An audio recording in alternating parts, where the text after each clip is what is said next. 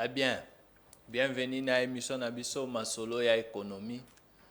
Masolo ya économie, émission Oyo et la actualité ya économie. Ya Congo, bien sûr, nape ya Libanda ya Mboka, émission Ekimaka derrière actualité économique ya Mboka Nabiso. Tolobela rapé ba masolo ya économie, ba histoire et les kakala, ba réalité ya économie, et puis na makambu o nyonso ezali na rapport na mbongo mosolo. Na mboka na biso boyebi bino moko ke actualité économique ezangaka te. Chaque jour makambo ya économie, makambo ya mosolo ya bakongolais ebimaka eza na nzela ya bajournaux ya presse écrite ou bien même na bajournaux en ligne et tout yango nde tose bazala nango mpona koya kopartage na bino. Mais lelo nakosimba mpena actualité mingi te nakoya kobete na ye obete ya bino nde lisolo ya histoire ya économie congolaise ndenge ebanda et puis na évolution nango ti lelo. Mais avant yango nakopesa mbote toujours na bato ya présidence epai ya président Fachi Beton, napesi mbote epai ya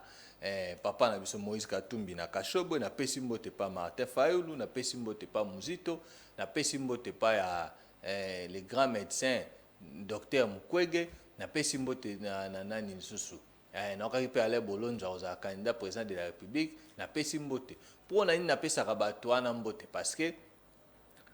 naza koestime ke na nzela ya bato wana nde président de la république akobima. Alors naza kointerpele bango bayeba ke soki bazwi bokonzi na mboka na biso bayeba kosala kotia bamesure économique na ndenge ya malamu batya yango na application mpona koluka kosunga peuple parce que biso moko toyebi ke mboka na biso ezali na retard économique makasi. Mais à part ça lelo na rappelé bino tozali le 1er février émission ezali présenté sous ce pays ya Mwali Massan azali chercheur en économie et puis c'est na makambo wana nyonso. Mais na koloba na bino eloko moko na mboka na biso semaine oyo tozwaka de lundi ti na mokolo ya lelo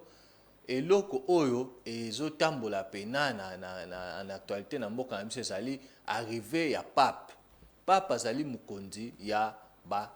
catholique. Ngai nazali mwana nabotami na famille catholique, nazali formé na ba école ba catholique, nazalaka na respect na bango mingi, nalingaka pe ba catholique mingi, mais nazomona confusion mo ezoleka pena na ba TV bato be baza koloba catholique aza pe mokonzi, papa aza pe mokonzi ba musulman te, ezali bongo te. Toza na respect na ye mingi, na sepeli ndenge papa ye na bandeko na biso pe ba chrétien ba fêter malamu,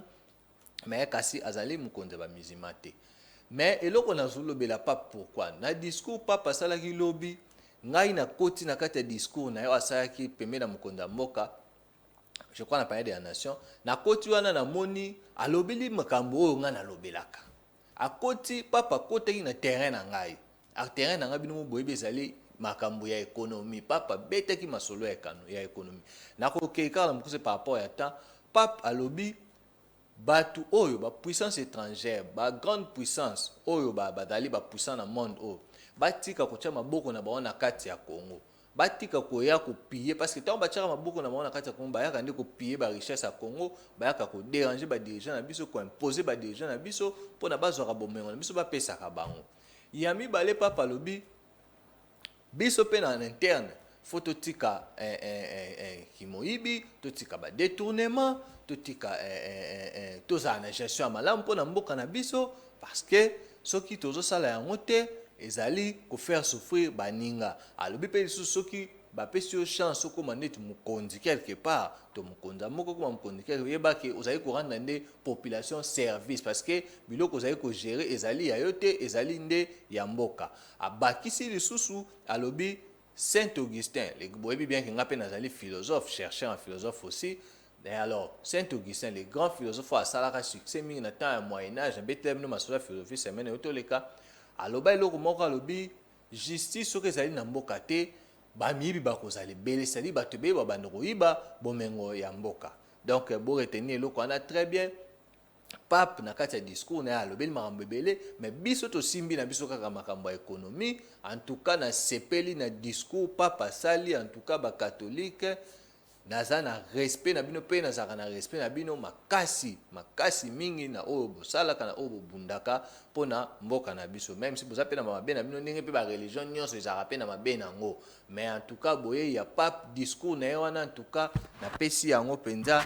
sali na sepeli na yango makasi mingi. Alors nakokende na lombangu mingi nayebi ke temps ezali pena mingi te. Histoire économie ya mboka na biso il faut boyeba yango parce que c'est très important. Ezali na mutu mosusu akozala mokonzi akozala nini aza na côté mpona kodeside na makambo ya économie ya mboka, mais peut-être bainformation mosusu ezali mpe koéchappe ozala malamu mingi soki alandi biso. Émission oyo nalobaka elekanaka na chaîne YouTube na ngai Économie TV RDC. Soki otali wana TV to obeti Économie TV RDC na YouTube ekobima. Toza pe na page Facebook na biso Économie TV RDC, okomona émission kuna, kota s'abonner, partager émission, aimer et puis ekosala biso bien, commenter même. Sala ba commentaire numéro na biso pe ezali wana, okoki ko contacter biso, link koleka na émission, lingi débat, link ko participer. Komela biso ba jeune, nazali komona ba jeune ebele ba postuler. Amoni ba jeune ebele wana bazali kotia ba nini na bon par-ci par-là. Boyande kolobela makambo na bino ya économie awa. Boyande kolobela ba programme bino économique parce que boko diriger biso sans vision économique te. Il faut boya ko pesa vision économique na bino ya mboka na biso, boyesa biso soki bokomi na bokondi bokomema économie na biso wapi. Ekozala malamu mingi. Plateau ezali ouvert awa. Tala depuis na bandaki nazaka anga moko, naza ko inviter bino batu nyonso. Toza plus de 700 partis politiques. Boya awa to debataka pona makambo ya économie ya mboka. Ezali na mpe émission na lingala. Et puis mwalimu mpe arobomane mpe na ba question te. Donc oye to partager au ça biso bien. Alors, na démarrer vraiment mbangu na ebité soki na osili sapenza, mais na démarrer mbangu histoire ya économie congolaise. Bande ko bolanda ngai malamu est très important. Alors, économie congolaise, na bandi maman ko expliquer ango histoire nango avant la colonisation. Bref, avant la colonisation, l'économie na biso ezalaki caractérisée na chasse na cueillette. C'est-à-dire que ça on a tant préhistoire. Et ça on a tant préhistoire, donc chasse na cueillette ne simba ki économie ya mboka na biso parce qu'à l'époque ezalaki Congo le roi ndé ezalaki ba royaume ebele muna mutazali na kwa na e. Alors chasse na cueillette ndé ezalaki penza kosala makasi ya économie na tango ya mboka na biso na tango ya kala wana. Alors deuxième point, tu es kochite na économie ya Congo na tango ya Léopold II. Alors tant Léopold II a commis la possession ya mboka na biso a commis kusala mboka lokala lopango na ye. Léopold a régné en 1885 ti na 1908. Alors na tango na ye tango azwi mboka na tango na ye a instauraki libéralisme économique, c'est-à-dire le laisser faire. Na pesa ki bino ba théorie nyonso na histoire économique. Soko tzongi na ba émission akala ko comprendre. Ezalaki mambo le laisser faire, l'état kotika bat basa na bango ba basa ba activité na bango, tout ça sans quoi empêcher bango. Mais tu es kokoma na 1892 le système ya Léopold II et ko basculer sur na interventionnisme ya l'état, c'est-à-dire l'état comme il ko intervenir na économie, akomi ko imposer, akomi ko ça eloko ba benga dirigisme économique. Tolongo na to ko na 1908 na 1914 libéralisme économique yesu ko zonga lisusu, l'état yesu ko zonga susu na nini ya libéralisme économique. Alors na époque on appelle toujours na ba 1914 na époque on a rappelé bino ba ko découvrir ba richesse e belo batami na province ya Katanga. Tant to découvrir yango et ko sala ke ba investissement belé ba mikile belé a poto ba mindele to bazali na mosoming ba koma ko ya wana ko chambo mpona ko exploiter ba richesse oyo zami na côté ya Katanga kuna. Donc to ko expliquer plus de 6 to pesi chiffre ya to ya 6,5% ya total ba investissement o ezalaki na Afrique noire. Et donc investissement oyo bato babande kocha na Afrique noire biso tozali kozwa part ya 6,5% na époque wana. Alors tu okoma na 1900 tout le baka na 1920 ti na 1959 et Congo comme pena ko koma un géant vraiment économique au mona ke mi taux de croissance ambiso ebane kozala na 5-6%. Vraiment mboka pena économie d'ailleurs ko matamata mingi. Alors na période wana nini susu eloko moko susu c'est pas ça qui na ko expliquer bino plutôt ba ressources naturelles minières aussi et puis même agricole yango nde mutu ezalaki mpena kosala mouvement na kati ya économie na biso ezalaki kokende bi yango na lobi période wana kongo akomi kokoma un géant akomi kokoma une puissance économique ouais. Alors sikoyo parce que aussi mindele n'importe quoi a besoin de matière première donc ne ba découvrir ba makambo wana na katanga to ko jeter na 1920 wana yo sala que vraiment makambo ko de l'avant. Alors toujours ba période ba 1920 à 1930 Congo a connaître moi dérangement muké ya économie parce que déjà na période wana crise moko ebimaka na monde crise moko bancaire ebimaka na monde et puis eti kopusa na 1930 toyei vivre eloko babengi grande dépression crise moko monene ebandaka na États-Unis et frappaka monde entier. Alors crise wana ezalaki nini? Crise wana ezalaki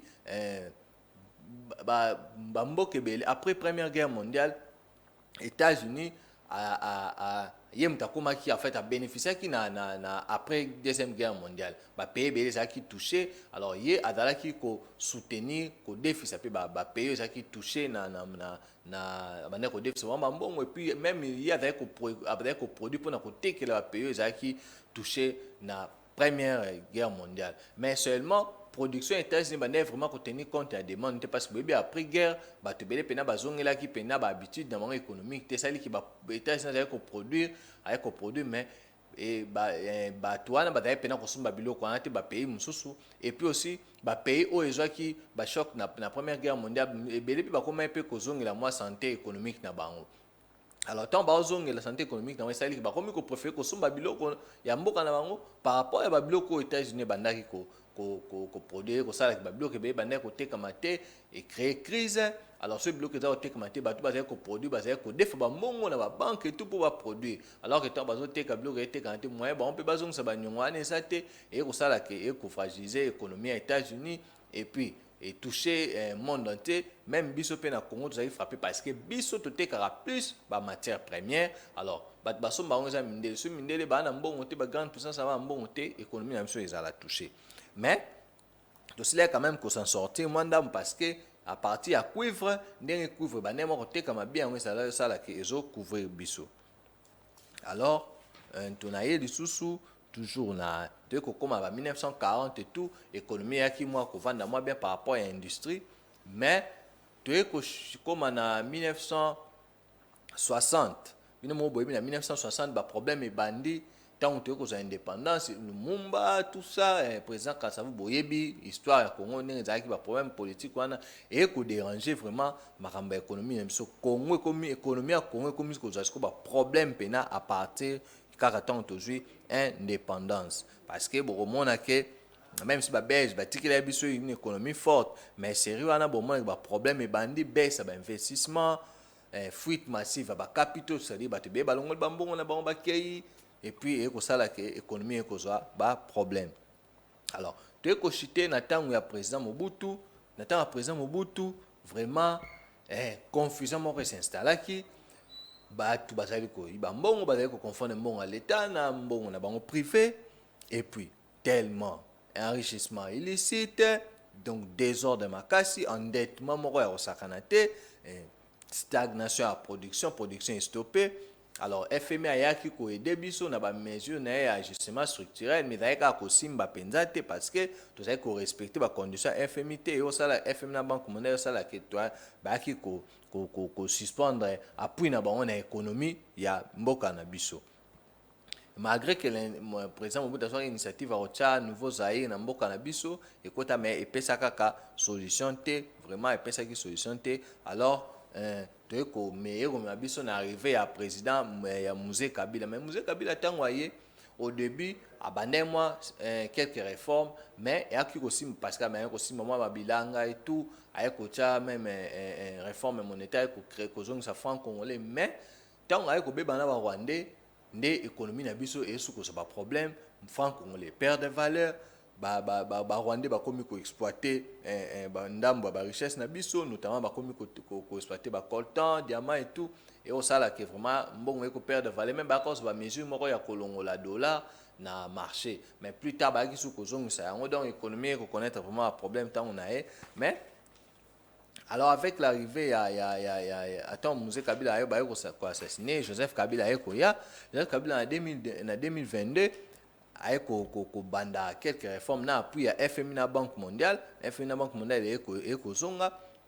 Alors bandi ba réforme et tout, bandi ko ça ba réforme na kati ya mboka na biso et tout na tanga Joseph Kabila, et puis tu bénéficier na ba ko longola paiement endettement tout ça là qui nango ba réforme belé pe Joseph Kabila salaki, mais seulement toujours maladie wana toujours ibana atanga président Mobutu et landaki pe Joseph Kabila moyibi, détournement, enrichissement illicite, tout ça, donc gabegie financière, tout ça, mauvaise gestion ya mboka na bia mbongo na biso et tout, et ko sala penza que même na tangu ya Joseph Kabila, malgré abandai moi ko sala quelques réformes, mais il y avait beaucoup de pauvres, beaucoup de désordre, économie ezalaki nango penza stable te, même si au finish selon la banque centrale gouverneur à Banque centrale ya Kala de grâce ça peut ça ba chiffre en 2014 croissance RDC ça na 9,5, to ekokoma na 2015 et ekokita na 6,9, to ekokoma na 2016 et kiti sous na 2,4, et puis to sous na 2016 et Martin à 3,7, dans 2017 et comme na 4,2, mais ce qui botali très bien croissance wana toujours est soutenu na exportation ya ba minéraux, même na tango Mobutu tango ezalaka bien, même na tango tango ba belge avant ba kende c'est toujours les minéraux, tant katanga ba ko découvrir en même na tango Kabila c'est toujours les minéraux des hommes mais toujours économie na biso. Et banda pe ça la que système moyen ça la pe économie na biso ça la fragile, parce que une fois bateau basomba ba minéraux na biso ils a plus ba grande puissance au badali banda bientôt bazan mosom, une fois crise est frappé bango ba minéraux na biso et côté kamate parce que ba pays Afrique ba ko somba on te to vanda nango ça la que eko déranger économie na biso. Alors na lobby sous président Joseph Kabila, ancien président, bandaki quelques réformes, il y a un FMI, Banque mondiale, à Zongaka, mais désordre des alliés kaka sur le plan économique, des Mobutu, des Moïbi, tout ça, détournement, enrichissement illicite, tout ça. Alors, Théo Koma, Natang, il y a président Fachi, na 2019, président Fachi a eu Koma, a eu Kozabokonzi. Mais il faut rappeler que le président Fachi a bénéficié de l'euro Joseph Kabila qui réforme et code minier. Réforme et code minier, le président Fachi a bénéficié de. Mais seulement en 2019, on a tu peux connaître crise sanitaire au babing na comme ya COVID-19. Tant COVID-19 est bimi et qu'on frappé l'économie nyonso ya monde, même Congo peut to résister qui tout ça qui frappé et déranger économie na biso COVID-19 wana. COVID-19 to ko kende nango bongo ti na je crois na 2020 to kende nango bongo, mais seulement vers 2020 reprise économique récente, parce que au moniteur COVID-19 ezalaki ki ba économie belé bana ko fonctionner sous te, parce que bato be ba ofana na banda ko tout économie ezalaki aux arrêts. Mais après tant ba moi ko zo ba mesure pour na ko lutter contre COVID-19 et au sala ke ba activité économique ici ko zonga tango zongi demande wana ezalaki makasi, notamment biso comme to teka ba minéraux belé tout ça. Alors bato basomba ba minéraux ba ki susu ko ya ko somba un peu moins minéraux ezalaki na 2020 moi économie na biso esili kolamuka moi ndambu à partir ya reprise économique en 2020. Alors na 2021 tu ko assister sous na iloko moko oyo d'abord de 1 à 2021 on rappelle que FMI déjà a ko pesa président Tshisekedi ma régime na ko pesa 1,5 milliard. Et c'est le que salama penzate na mboka na biso vraiment ezaki lo moko malamu. FMI a payé confiance régime actuel à partir de 2021 et a payé mosolo ana pona basi la ko chango na kati économie na biso. Mais bokomona ke na 2021 crise mosusu ekobima na monde oyo babengi guerre ya Russie na Ukraine. Boyebi ke Russie azali grande puissance oyo azali makasi na atekelaka bato ebele pétrole et puis na gaz, et puis lisusu Ukraine atekelaka bato ebele bapaye ebele ba céréales et puis na ba engrais chimiques. Alors tangu deux pays wana ekoti na bitumba ekosala ke ba économie ebele ya monde entier ezalaki dérangé. Même biso pe tozalaki dérangé, on bo remarquer que tangu bitumba wana ebandi ba prix ya biloko ebele esili komata, ekomi komata chaque jour, bambongo ebele ya bamosolo ebele ya mboka perdre ba valeur. Même zone euro bato baliaka euro perdre valeur parce que euro ezalaki makasi par rapport à dollar. Donc crise wana ebandi parce que zone euro ezali milieu oyo ezalaki vraiment touché na crise wana parce que baza pembeni ya Russie na Ukraine. Mosolo na bango perdre valeur, même dollar ekoleka bango, bato ebele ba crise biloko ebele esili komata vraiment déranger ba économie ebele, voire même économie congolaise pe ezalaki déranger toujours na 2021 wana ekosala makambo wana ya Russie na Ukraine ekomema biso même ntina 2022. Mais bokomona ke même na 2022 wana toujours ba biloko ezali komata, même na mboka na biso, même partout na monde biloko ezali komata. Et puis nini oyo babengaka nde biloko ezali komata bongo créer insécurité alimentaire. Donc insécurité alimentaire déjà en mboka na biso to na Afrique ezalaka déjà, mais esili komata lisusu par rapport à nde biloko ezali komata, vraiment efiki kodéranger économie ya mboka na biso malamu. Mais na 2022 Banque mondiale asili kobimisa rapport moko na suka ke malgré crise ezali na monde, mais RDC azalaki troisième pays où à connaître croissance économique à makasi.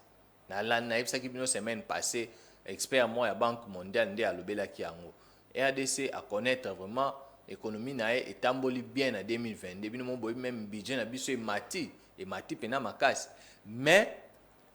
président Fachi comme président ancien président Joseph Kabila, même Mobutu et tout, bango nyonso wana même malade ou déranger économie na biso ekangi bango toujours. Bokomona pe na tanga président Fachi désordre économique, les vols, bas détournement, enrichissement illicite. Donc malgré que président Fachi salelo au moya malamu a tcheli biso IGF pona kolandela bato bazali ko saka na mbongo mboka, IGF akanga batu te. Ye azali ka kolandela ndenge ni bozali ko utiliser mbongo. Malgré ya dénonçaka mais omona kaka ke bato bazoyiba kaka, bato bazobanga te bao continuer kaka koyiba. Yango moni Albert Zefak expert wana ya Banque mondiale alobaki aza na confiance mingi na président Fachi a sala ba fort pour na vraiment lutter contre bato bazali koyiba mbongo ya mboka, parce que le fait que bato be bazali ko détourner mbongo ya mboka, le fait que bato be bazali koyiba mbongo ya mboka ezo sala ke ba pauvre belé bakota na processus ya développement te, ezo sala ke bato belé bazala écarté na richesse oyo ezali kozala créer na kati ya mboka na biso. Alors wana ezali moi ezaki analyse nga ko sala bino sur l'économie ya mboka na biso depuis avant ba belge baya ti na tango ya président Félix Tshisekedi, même si année oyo ezali année électorale mais nga ezali penza ko content mingi te, mais to meki quand même ko brosser ngomba même si to sauter ba étape belé par rapport ya temps, mais oyo alandi biso religieusement a quand même na idée ya makambo tolobeli. Alors numéro ezali wana olingi kokota en contact na biso, benga biso, komela biso na WhatsApp, to émission na biso ndenge to osala boy ekotaka pe na YouTube, okoti na YouTube Ekonoma TV RDC, biso tozali wana okokuta biso ba émission ezali wana, osabone, okomenter, olandi émission, opartage émission, parce que bandeko na ngai na rappelaka bino toujours tozali na année électorale. Kokende ko voter mutu na loyengete, même si to bani na campagne te, mais ko voter mutu na loyengete, botala ba programme économique ya batu oyo bakotelema liboso na bino. Botala ba programme économique, bosala très regardant, très exigeant na batu oyo bakolinga ba diriger bino na 23 to na élection ekoya na année prochaine bapesa bino baprogramme économique plateau yango tozali na mboko na plus de 700 partis politiques si je ne me trompe pas ezali anormal tokende élection sans toyeba baprogramme économique na bino nauti kobena début ya émission nauti kobeta bino lisolo ya pape aye na mboka ngai nasepeli makasi parce que nabotama na famille catholique nazalaka mpe entouré na bacatholique nasepeli na parce que discours papa beti wana en tout cas ngai nasepeli nango makasi nasepeli nango mpenza bongo nde ezalaka alors oyo azali na matoi ya koyoka fa comprendre makambo papa alobi ndenge saint augustin azalaka koloba na mboka so justice eza te miyibi bakozala ebele moyibi eza nini ozobayi bato bayibaka nini miyibi bayibaka nde mbongo yo kasi bato bayibaka mbongo na bato bayibaka na kongo bayibaka nini bato eza nde mbongo nde bato bayibaka mbongo kasi yango wana nde ekonomi yango nde toolobela toobeta masolo ya mbongo ya kongo tozobeta masolo ya mbongo ya kongo yango nde toyaka kobeta mpo na bino alors nakoloba mpe so na bino eloko moko soki bomoni mutu to parti moko elingi edirige bino eza na programme moko te mpo na sport to mpe eza na programme te mpo na culture notamment mpo na musique eza na eyebi bino programme ya sport te eyebi bino programme ya musique te bandeko na nga bovote ete bokipe parti wana te boyebi pourquoi parce que sport na musique ezali biloko oyo bakongole balingaka mingi comme ezali biloko bakongole bamingi c'est-à-dire que soki tostructure yango très bien ekoki kopesa bakongole mbongo ebele ekoki kolongola bakongole ebele na pauvreté parce que boyebi ke na mboka na biso il y a beaucoup de pauvres alors il faut bamayele ebele il faut bamécanisme ebele mpona kolongola bato ebele na pauvreté mais mpo bolongola bato ebele na pauvreté il faut boya na bamesure économique ya malamu il faut boya na bamesure économique ya malamu parce que soki bosala bamesure économique ya malamu te bato ebele bazala toujours na pauvreté toyokaka balobaka na biso même depuis ntango balobaka na biso diversification ya économie mais diversification ya économie eza nini eza kaka te ke ozwa mbongo ya baminere otya na bilanga toboyi te faut kosala bilanga parce que on doit commencer par là mais sport culture notamment musique ezali eloko bakongole balingaka mingi il faut kotya mosolo na secteur wana koencadre ngo mpe mpona bana mboka bazwa mpe misala donc oyo nazalaki nango ya koloba wana na kosenga na bino toujours bosabone na chaîne na biso économie ya TVRDC chaîne unique chaîne YouTube oyo elobelaka makambo économie ya TVRDC kokende musika tolingo ba actualité économique ngwe ba makambo économie ya mboka na yo même ya libanda ya mboka beta na YouTube économie ya TVRDC okozala servi okomona émission na biso vraiment na sepeli mingi na kopartager na bino émission ya lelo tokokutana na bino samedi prochain nakoya kolobela l'économie du sport elingi koloba nini sport nsima ya sport il y a toute une économie nsima ya sport mbongo ekotaka mingi donc yango nde nakoya kodévelopper na bino l'économie du sport mpo na nini parce que to RDC oyo tokobeta chan papa toganye ata match moko te epesi ngai pasi mingi nayebisa bino nazali mpe chercheur na makambo ya sport alors nakolakisa bino nakopesela bino mayele nini tokoki kosala ou encore nakoya kolakisa bino rapport ezali entre sport na économie samedi prochain bozanga te émission à partir à 18h nakoya kolobela l'économie du sport bandeko na ngai je pense que bozali bien servi tokokutana samedi prochain na sukiawa pona lelo